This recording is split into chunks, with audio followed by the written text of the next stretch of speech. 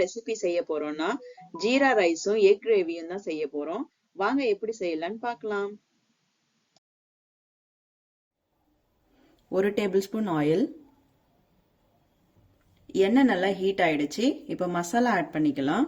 பட்டை 1 துண்டு, லவங்கப்பூ 2, ஏலக்காய் 3 சின்னதா, சோம்பு 1/4 டேபிள் ஸ்பூன், ஜீரகம் 1 டேபிள் ஸ்பூன், அன்னாச்சிப்பூ 1, கல்பாசி 1 துண்டு, பிரிஞ்சி இலை, இது எல்லாத்தையும் ஆட் பண்ணிக்கலாம்.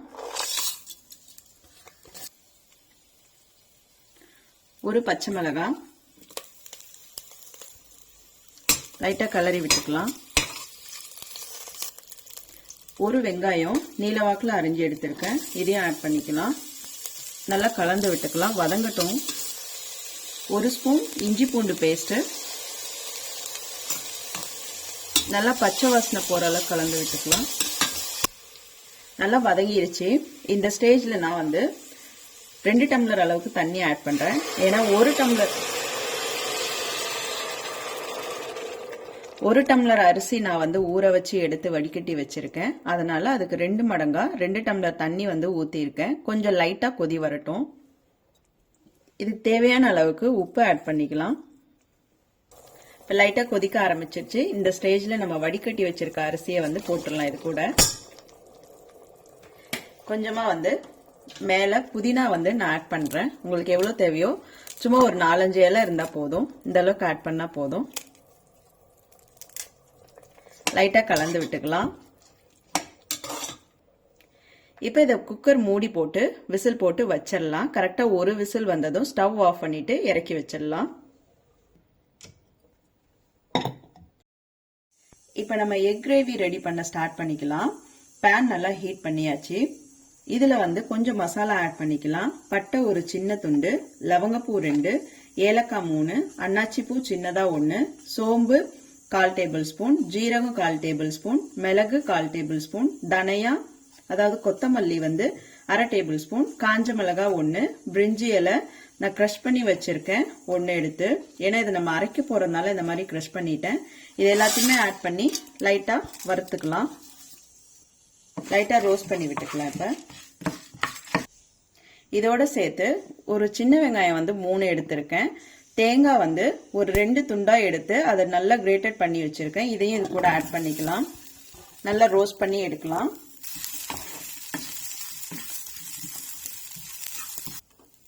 நல்லா ரோஸ்ட் ஆயிடுச்சு. இப்ப இதை எடுத்து ஆற வச்சுக்கலாம். மசாலா ஆறிடுச்சு. இப்ப இதை மிக்ஸி ஜாருக்கு மாத்திக்கலாம். ஒரு பச்சை மிளகாய் 2 துண்டா ஒடிச்சு சேர்த்துக்கலாம். இதுல கொஞ்சமா கொத்தமல்லி இதையும் சேர்த்துக்கலாம். இப்ப நல்லா ஃபைன் பேஸ்டா கொஞ்சமா தண்ணி விட்டு அரைச்சி எடுத்துக்கலாம். இத இந்த மாதிரி ஃபைன் பேஸ்டா அரைச்சி எடுத்துக்கிட்டாச்சு. இப்ப வாங்க கிரேவி பண்ண ஸ்டார்ட் பண்ணிடலாம். இப்ப அதே பேன்ல வந்து நல்லா ஹீட் பண்ணிக்கலாம். கொஞ்சமா ஆயில் ஆட் பண்ணிக்கலாம். மஞ்சத்தூள் 1 சிட்டிகை, உப்பு 1/4 டேபிள் ஸ்பூன் அளவுக்கு, ஜீரக powder 1/4 table spoon, pepper 1/4 table spoon, மிளகாத்தூள் 1/4 டேபிள் ஸ்பூன், தனியாத்தூள் 1/4 டேபிள் ஸ்பூன். எல்லாத்தையுமே நல்லா கலந்து விட்டுக்கலாம். இந்த மாதிரி இப்ப நான் 3 முட்டை வந்து வேக வச்சு தோலெல்லாம் எடுத்துட்டு இந்த மாதிரி 2ஆ கட் பண்ணி எடுத்திருக்கேன். இதை வந்து எடுத்து இந்த மாதிரி இதுல போட்டுக்கலாம். போட்ட மசாலா எல்லாத்தையுமே இந்த மாதிரி போட்டுக்கலாம். கொஞ்சம் மீடியம் ஃப்ளேம்லயே வச்சுக்கலாம். ஒரு 2 மினிட்ஸ் இப்படியே இருக்கட்டும். இப்ப லைட்டா இந்த மாதிரி ஒன்னொன்னா இந்த சைடு வேற சைடு திருப்பி விட்டுக்கலாம்.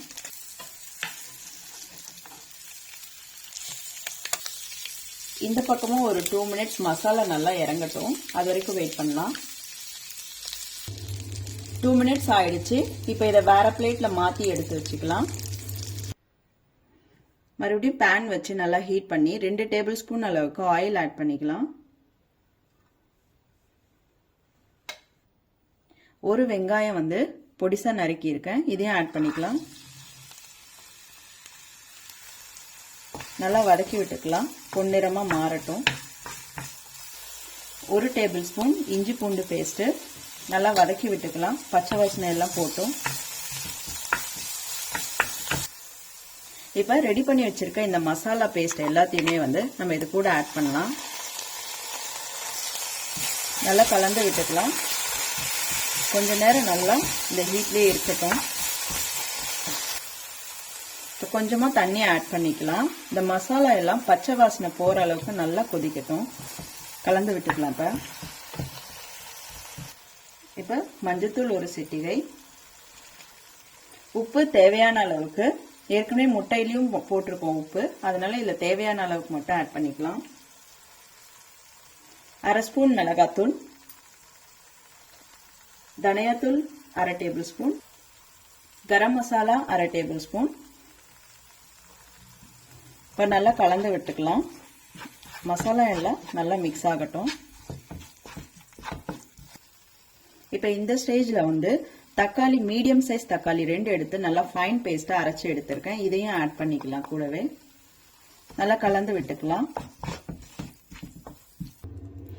கொஞ்சமா இந்த ஜார்ல இருக்க தண்ணியும் கலந்து இந்த மாதிரி ஆட் பண்ணிக்கலாம். இப்போ நல்லா கொதி வரட்டும். இந்த பச்சை வாசனை எல்லாம் போய்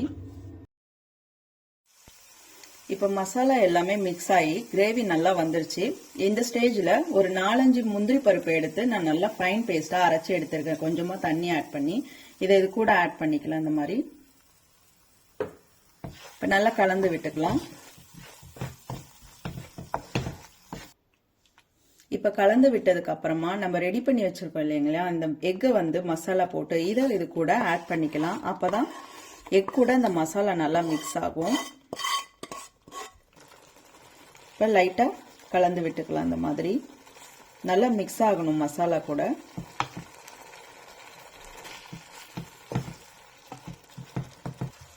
இப்போ 5 மினிட்ஸ் ஆயிடுச்சு.